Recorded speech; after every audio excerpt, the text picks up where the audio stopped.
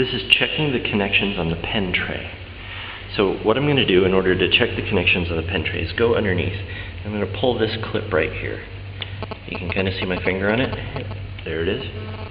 So I'm going to pull on that, and then there's a second clip right over here. And I'm going to pull on that one. That's going to release it from an attachment there. And then once I've pulled on that clip, then I'm going to pull this whole thing out towards me. And by doing that, it allows me to get access to the back of this thing. Over here is where all the connections are. Over there are 2 connections, and then there's going to be 3 connections over on this side. Now, this USB connection over here is absolutely useless. I haven't seen any boards that need it, so don't worry too much about that one. This connection right here is what's going to give power to this piece right here. If this isn't connected properly, then this right here won't line up at all. Here, I'll show you what I mean. It's a little difficult to pull out sometimes, but notice, power just went out, and that light just turned red. So I'm going to plug it right back in.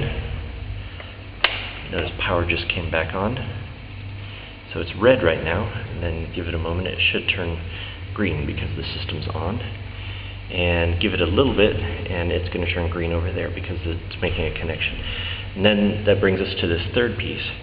This is probably the bane of my existence because this piece right here, whenever it gets just a little bit loose, a little bit jostled, if it's not perfectly in there, then it's going to be red and you're going to lose your interface. So just make sure that that's connected properly, and then that light will turn green, and it means that everything's working over there.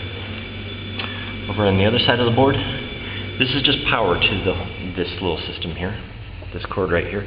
Now make a note though, there's 2 holes over here and they're both the same size. This hole is just the sound hole, this one's the power hole. So make sure that this gets plugged into the power hole. Otherwise I don't know what kind of weird sounds you might hear.